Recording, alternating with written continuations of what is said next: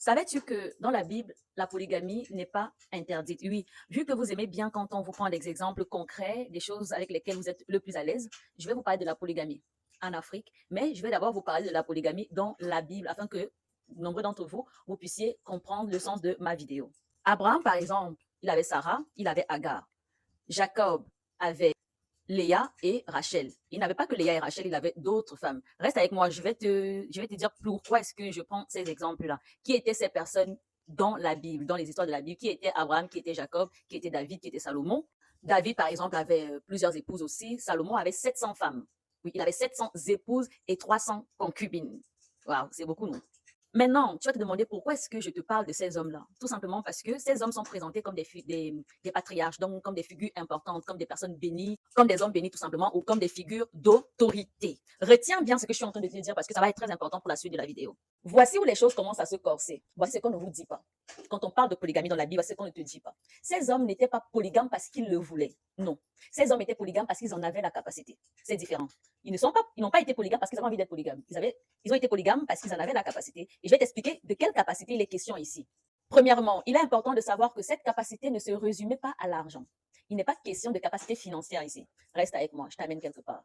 La capacité dont il est question ici, c'était une initiation, une connaissance, des codes transmis de génération en génération. Maintenant, venons en Afrique.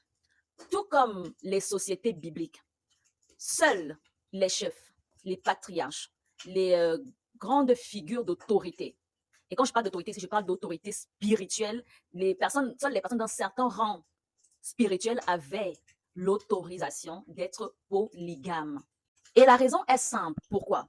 Parce que ces personnes-là connaissaient les, euh, connaissaient les lois qui gouvernent cet équilibre-là. Ils savaient comment maintenir la paix dans les foyers, ils savaient comment honorer chaque femme dans sa dignité, dans son équilibre, dans son environnement.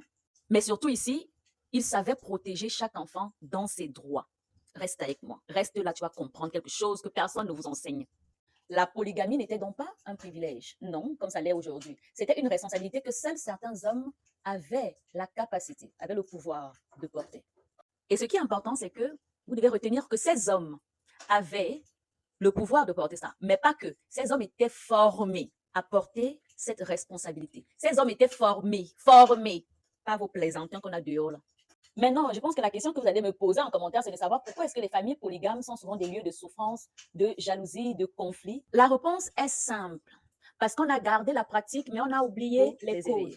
L'homme moderne se réclame de la Bible et de la tradition africaine pour justifier la polygamie sans tenir compte des transmissions reçues, sans tenir compte des responsabilités que ceux-ci exigent, sans connaître les codes. D'un autre côté, on a les personnes qui condamnent la polygamie. Mais les arguments de ces personnes, quand j'écoute certains parler de polygamie ici sur les réseaux, les arguments que ces personnes utilisent sont des arguments religieux, des arguments occidentaux. Mais le problème, c'est que ces personnes ne prennent pas le temps de faire des recherches pour comprendre ce qu'était vraiment la polygamie. Qu'est-ce que ça représentait vraiment, que ce soit dans les textes sacrés occidentaux, que ce soit même dans les sociétés ancestrales. Voilà pourquoi je dis toujours, il est important avant d'ouvrir la bouche sur les réseaux pour parler d'un sujet, il faut comprendre, arrêter d'attraper, comme on dit chez nous, le serpent au milieu. Arrêtez de parler des conséquences des choses. Il est important d'aller chercher la cause. Qu'est-ce qui s'est passé pour qu'aujourd'hui, la polygamie soit autant banalisée, autant vulgarisée et autant mal vue et mal perçue? C'est bien d'allumer sa caméra pour parler sur les réseaux, cracher sur nos cultures, mais il serait peut-être mieux de savoir de quoi on parle quand même. Tu craches sur les cultures, mais tu ne les connais pas, tu ne sais pas pourquoi. Le monde est bafoué et gâté comme il est aujourd'hui parce qu'on a oublié certains codes. Aujourd'hui, tout est mélangé. Tout le monde se lève, est polygame, 2, 3, 4 femmes, 5 femmes, alors que tu n'en as pas la capacité.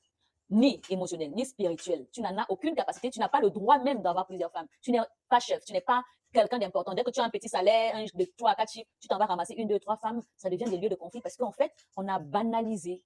On ne respecte plus rien. On a gardé la pratique, mais on a perdu les codes. Et c'est quelque chose qu'on retrouve dans beaucoup d'autres domaines en Afrique, chez les Africains. On pratique des choses, mais on ne met pas, les codes qui vont avec ne suivent pas, en fait. Et du coup, ça produit l'effet inverse. Aujourd'hui, on a des personnes qui jugent une tradition qui a été arrachée de son contexte. De l'autre côté, on a des personnes qui pratiquent une tradition qui a été vidée de son sens. Mais ici, comprenez que vous qui jugez, vous vous trompez. Et vous qui pratiquez sans connaître les codes, vous vous trompez aussi. Donc, les deux camps-là, vous qui faites et vous qui jugez, vous vous trompez sur toute la ligne. Comprendre la polygamie, donc, c'est comprendre que la polygamie n'a jamais été faite à la base pour tout le monde. Non. Et je réitère, avant d'ouvrir vos bouches sur des sujets pour cracher sur nos traditions, veuillez vous renseigner avant. Et je dis encore, quand on allume sa caméra et quand on a de l'audience, il serait important et judicieux de savoir de quoi on parle. Il serait mieux de parler des causes de ce qu'on vit aujourd'hui. Parce qu'il n'y a pas de conséquences sans cause. Tout ce que vous vivez aujourd'hui a une conséquence. Et la conséquence, c'est la chute. Quand on a tourné le dos à qui nous sommes. Donc, ce qui se passe dans les familles aujourd'hui, ce n'est pas la polygamie, c'est du désordre habillé en tradition. Et c'est la même chose avec les histoires de mariages qui font débat là sur la toile ces jours-ci. On vous demande d'aller regarder où est-ce qu'on s'est cogné le pied avant de regarder où nous sommes tombés. Mais vous ne voulez pas. Ça vous fait plaisir juste de pointer du doigt, d'accuser, de trouver des responsables à vos problèmes. Mais les causes, vous ne voulez pas. Vous parlez des conséquences, mais vous fuyez les causes. Vous aimez les choses qui viennent, voilà, vous faire bouger, vous faire dire n'importe quoi, et certains pour conforter votre ego. Parce que admettre que quelque part on est responsable de ce qui nous arrive, c'est trop difficile pour certains. C'est toujours mieux d'accuser les autres.